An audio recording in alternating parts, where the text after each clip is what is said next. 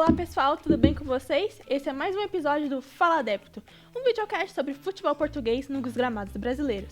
Hoje teremos como convidado o jornalista do Estadão, João Abel. Obrigada, João, por participar. Obrigado você, Bianca, pelo convite. Vamos ver que agora temos muito papo sobre futebol. A primeira pergunta é, na sua visão, a formação acadêmica, como eu falo, o curso da CBF, bacharelado e licenciatura em educação física, outra especialização, de que maneira ela impacta na carreira dos treinadores? Então, vou falar um pouco do que eu tenho visto recentemente, né? Eu acho que a CBF ela lançou nos últimos anos alguns cursos, né? A CBF Academy e tal, os cursos de técnico para ser técnico, para aprimorar a qualidade de técnico. E eu acho que eles são bem importantes. Eu acho que qualquer formação acadêmica, na verdade, né? Porque se você for pensar, conhecimento nunca é demais, né? O conhecimento ele sempre te agrega de alguma maneira, seja na vida profissional de um técnico de futebol, seja na vida pessoal, enfim. E eu acho que a gente tem alguns exemplos, não só aqui no Brasil, mas exemplos de sucesso em outros países, treinadores de muito renome. Se você pegar os principais treinadores do mundo, Guardiola, mesmo tendo sido ídolo do Barcelona durante mais de uma década, depois que ele parou de jogar, ele foi, se aprimorou, ele foi fazer curso, se diplomou na Escola de Futebol da Espanha. Você tem outros exemplos dos treinadores top do mundo. O Klopp é formado em Ciências do Esporte. Então, você tem uma série de exemplos de treinadores que não se apegaram só, e eu tô falando de ex-jogadores, né, que não se apegaram só ao fato de terem sido ex-jogadores para entender que aquilo era um conhecimento suficiente para que eles exercessem a função de técnico. A gente está falando de futebol português, né? Acho que os portugueses também, eles são muito fortes nisso, né? Você tem em Portugal a Universidade a Faculdade do Desporto na Universidade do Porto, então muitos treinadores são formados ali, são formados em categorias de base do futebol português. Então eu acho que o conhecimento acadêmico ele é sempre bem-vindo, né? Um exemplo clássico, eu acho, aqui do Brasil é o Renato Gaúcho, né? Que teve que se render também ao conhecimento acadêmico, né? Acho que foi em 2016, depois que ele ganhou aquela Copa do Brasil com o Grêmio, que ele disse que quem... basicamente ele falou que futebol é que nem andar de bicicleta, né? Quem já sabe não precisa estudar, né? Quem precisa aprender vai lá e estuda. E aí, anos depois, Renato Gaúcho, depois de algumas campanhas frustrantes como técnico, na Libertadores 2021, por exemplo, chegou na final, foi superado por um português. Ele foi lá e começou a fazer os cursos da CBF Academy também. Então, eu acho que conhecimento acadêmico é sim importante, especialmente no futebol de hoje em dia, que é esse futebol muito estudado, muito estatístico, científico. Então, acho que faz toda a diferença. Sim, algum ponto que os treinadores brasileiros eles chamam é que a nossa licença da CBF não pega lá na Europa, mas quando um português, um europeu vem pra cá, tá tudo certo. Tem uma licença UEFA, tem uma licença FIFA. E eu queria saber quais mudanças o futebol brasileiro pode adotar para melhorar na formação dos treinadores. A gente tem essa questão, o futebol ele ainda é muito, né, esse futebol eurocêntrico, né, de que o que está na Europa é sempre melhor do que o que a gente vê aqui, então essa licença europeia, ela acaba valendo mais do que o que a gente tem aqui. É claro que os cursos da CBF eles estão começando agora, a Europa já tem uma base muito maior, inclusive com certeza eles se basearam muito no que o futebol brasileiro fez ao longo de todo o tempo. Eu acho que a gente já falou um pouco da CBF Academy. Eu acho que o futebol brasileiro pode fazer para melhorar passa um pouco também por como acontece a gestão dos clubes, né, em relação aos técnicos. Então, você teve, em 2021, diziam que ia mudar tudo porque inventaram aquela regra de que só pode demitir um técnico, só pode demitir técnico uma vez durante o campeonato, né, que era o Campeonato Brasileiro, da Série A e da Série B, eu acho. E aí, alguns clubes tentaram burlar isso. Naquele negócio, aquele ano foi o ano que mais teve demissão em comum acordo, né? Que era para não ser enquadrado nessa coisa de demitir o técnico. Era como se o técnico estivesse pedindo demissão para não ser enquadrado, e aí os clubes continuaram demitindo 2, 3 técnicos do campeonato, e no ano seguinte isso já acabou. Então eu acho que os clubes também precisam rever um pouco a forma como eles lidam com seus treinadores, né? Acho que passa muito pela forma como os clubes estão tratando essa questão. Porque o Brasil tem uma peculiaridade em relação a outros países, que o Brasil tem muitos times grandes, né? Considerados grandes, times de massa, com muito torcedor, aquele time que, se estiver em crise, o torcedor vai lá, vai bater na porta e vai protestar, né? Disse que o Brasil tem 12 clubes grandes, mas tem outros que também são grandes regionalmente, enfim. E é lógico que se você tem 12 clubes grandes e você tem 20 times na Série A, você não vai ter todos esses times brigando na parte de cima, né? Você sabe que vão ter times que vão brigar na parte de baixo, você sabe que vão ter times que vão ser rebaixados e vão jogar a segunda divisão, né? A gente já chegou a ter 3 times considerados grandes jogando segunda divisão ao mesmo tempo, né? E os clubes precisam ter um pouco essa mentalidade de que em que momento eles estão, né? Se eles estão no momento de brigar na parte de cima da tabela ou no meio. Tem times que, hoje, enquanto a gente está gravando, tem clubes que estão brigando no meio da tabela, eles precisam saber que aquele é o lugar deles, né? Apesar de serem clubes grandes, sei lá, o Cruzeiro, o Corinthians, o Santos, que está brigando para não cair. Eles precisam ter um pouco mais de paciência com o trabalho de alguns treinadores, né? De entender que eles precisam dar tempo para que os treinadores eles exerçam seu trabalho de uma maneira mais adequada. Então eu acho que passa muito aí por como os clubes têm lidado com isso. Não só a CBF, que já tem feito alguma coisa ali na questão dos cursos, mas também os clubes. Entendi. Agora, uma pergunta meio polêmica. O futebol brasileiro é atrasado? É de fato o país do futebol?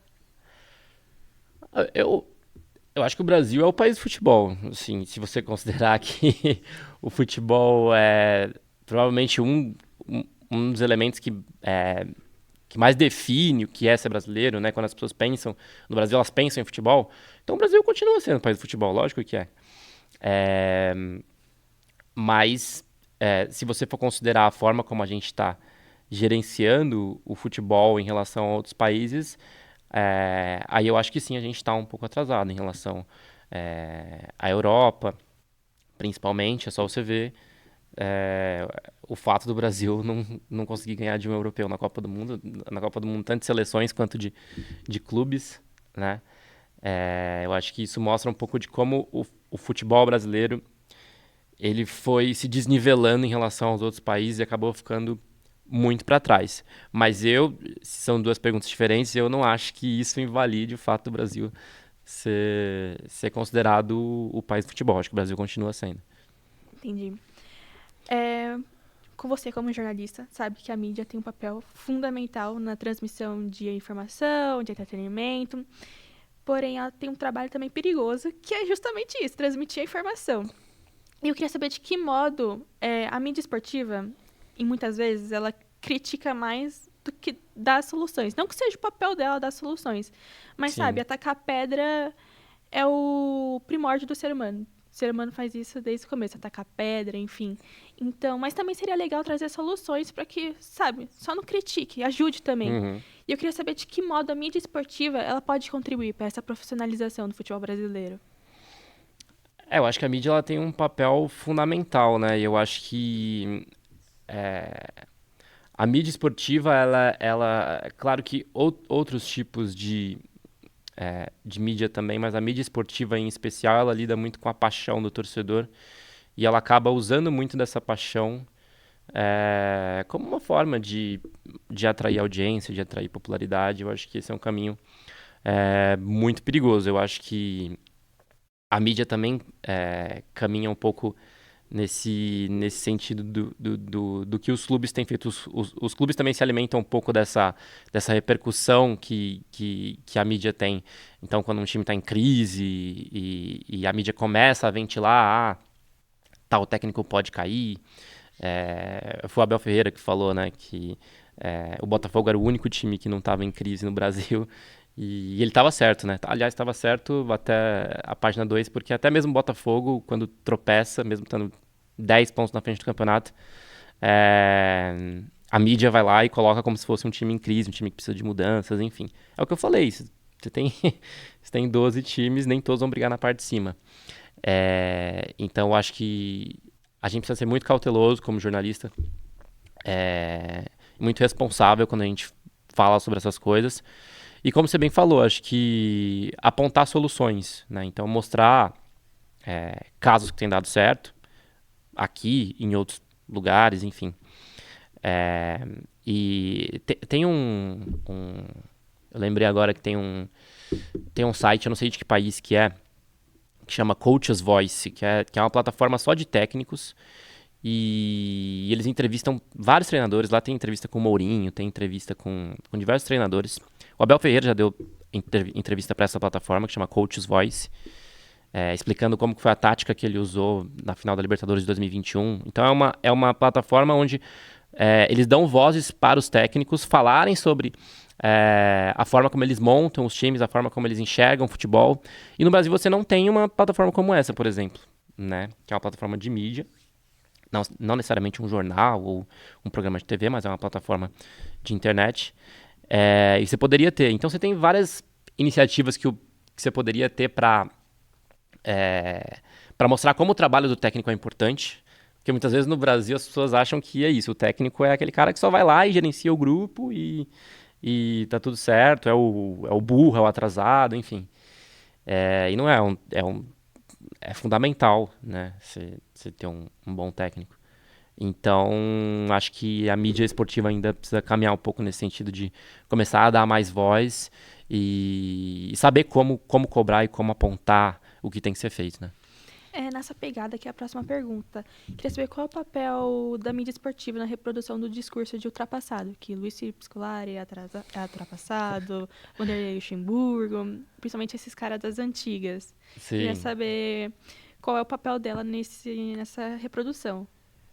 Sim, eu acho que a gente ouviu muito isso ao longo dos últimos anos, né? O Scolari, principalmente depois de 2014, ele foi muito massacrado, e aí depois ele deu uma renascida, né? Ele foi campeão brasileiro, ele foi vice-campeão da Libertadores, enfim. O Luxemburgo também, tentando ainda se erguer. Eu acho que o Scolari e o Luxemburgo, eles são dois símbolos muito fortes dessa mudança que existiu no futebol brasileiro, né? Porque esse discurso do ultrapassado, a gente tem ouvido muito nos últimos anos, especialmente porque a gente tem técnicos de fora vindo para o Brasil, principalmente portugueses. E eu não sei se esse discurso começou exatamente quando o Jorge Jesus veio para cá. Mas o Jorge Jesus foi um dos caras que falou abertamente que os técnicos brasileiros são ultrapassados, porque os técnicos brasileiros viviam de aproveitar uma qualidade individual que o jogador brasileiro tem, né, ou tinha, né, a gente teve gerações melhores do que a gente tem agora. Então, os técnicos brasileiros viveram muito disso, e eles não precisavam achar soluções coletivas porque eles tinham jogadores que no individual resolviam. Isso foi o que o Jorge Jesus falou, né? E eu acho que o Jorge Jesus fala muita besteira, já vi ele falar várias besteiras, mas nessa eu concordo com ele. Porque eu acho que se você pegar um recorte dos anos 90 para cá, foi basicamente isso que aconteceu. O Brasil teve um boom de jogadores espetaculares entre os anos 90 e os anos 2000. Tanto que você tem vários jogadores muito bons, Alex, Marcelinho Carioca, jogadores que foram muito bons, foram craques que não jogaram uma Copa do Mundo, né? Que é uma coisa que não acontece em outros países. Aqui no Brasil aconteceu durante esse período.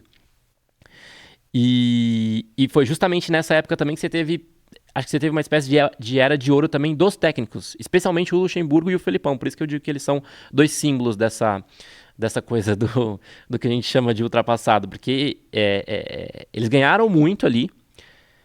O Luxemburgo foi para o Real Madrid e não deu certo, o Scolari foi para a seleção de Portugal e foi bem, depois no Chelsea também não foi tão bem. E hoje eles estão tentando mostrar, eles estão tentando correr atrás do prejuízo, né? Enfim, você teve essa era de ouro dos técnicos, e aí quando chega os anos 2010, que é quando muda essa mentalidade, né, que é um jogo mais coletivo, um jogo mais estudado, esses caras eles meio que ficam para trás, né? Então você tem esse choque, você tem essa coisa como se eles não servissem mais, e o Brasil não teve essa renovação de técnicos. Tanto que hoje a gente tem o que de técnico que foi desenvolvido ao longo desse tempo? Fernando Diniz? Quem mais? Então, eu acho que existe sim uma ideia de que os técnicos brasileiros são ultrapassados.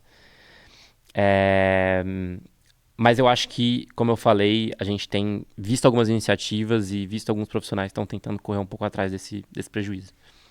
Entendi. De que maneira os trabalhos de português, como o JJ, o Abel, Luiz Castro, até mesmo Paulo Souza, Vitor Pereira, podem contribuir para o futebol brasileiro? Teve muitos portugueses, né, ao longo dos últimos anos. Acho que eu nem sei em quantidade, assim, provavelmente mais de 20, eu acho, No né? começo do ano tinha 8 8 na Série A. na Mas se Série você A. for pegar todos ao longo, Todos desde foram que vamos bastante. pegar do Jorge Jesus pra cá, muitos, né? Alguns deram certo, outros não deram. Às vezes eu fico até perdido. Eu descobri esses dias que o treinador do Goiás é português. O Armando O Evangelista. Armando Evangelista. Eu fico até perdido. A gente não sabe se é brasileiro, se veio de Portugal. É, Mas eu acho que eles contribuem especialmente com competitividade, né? Porque, como eu já falei, é, a partir da vinda desses profissionais portugueses, principalmente portugueses, mas você teve outras tentativas de técnicos estrangeiros, né? Europeus menos, teve Domenech no Flamengo, teve o Ângelo Ramírez, mas você tem os argentinos também, teve o Pesolano no Cruzeiro, que é uruguaio. Eu acho que a vinda desses caras, eu acho que ela é muito benéfica para o futebol brasileiro. Acho que a gente sempre foi muito fechado para essas coisas, por entender que a gente era muito superior aos outros. Quando na verdade a gente poderia aproveitar a experiência dessas pessoas para aprimorar o nosso próprio futebol também e continuar melhorando. Então eu acho que principalmente competitividade. Citei o exemplo do Renato Gaúcho, pô, os técnicos brasileiros eles estão tendo que mostrar serviço. E acho que isso é importante para a gente começar a formar novos técnicos. Então acho que essa foi a grande contribuição que os portugueses, em especial, trouxeram, porque a maioria é português, mas os estrangeiros, em geral, trouxeram para o Brasil, essa competitividade de técnicos mesmo. Entendi. Agora, para encerrar, uma última pergunta, é meio pessoal. Faz seu top 3 de treinadores brasileiros. Treinadores brasileiros, que são Sim. brasileiros. Que são brasileiros hoje. Eu acho que é aquilo que tem muito a ver com o que a gente falou, né? Não são Uhum. muitos, assim, a gente consegue listar, né? Talvez você perguntar, 90% das pessoas hoje vão falar Diniz, Dorival e mais um. Pra citar mais um hoje do futebol brasileiro, é, é até difícil, assim, né? Você citar um terceiro. Ah, cara, eu acho que apesar de eu ter eu citei ele aqui de uma maneira um pouco negativa, mas é isso. Eu acho que ele é um cara vencedor, então você não pode deixar de citar. Mas eu acho que o Renato é um cara vencedor, né? Então acho que ele seria esse terceiro nome. Mas se você for perguntar, não vai fugir muito disso, porque aí Sim. são poucas as A opções. maioria é Diniz, mas o Diniz não pode ser dito aqui no programa. Enfim, queria agradecer essa participação, ajudou bastante. Obrigada pelas respostas, pelo seu tempo. E eu queria agradecer também a participação do público que assiste o Fala Adepto e que teremos mais episódios falando sobre futebol português. Então aguardem e até mais. Tchau, tchau.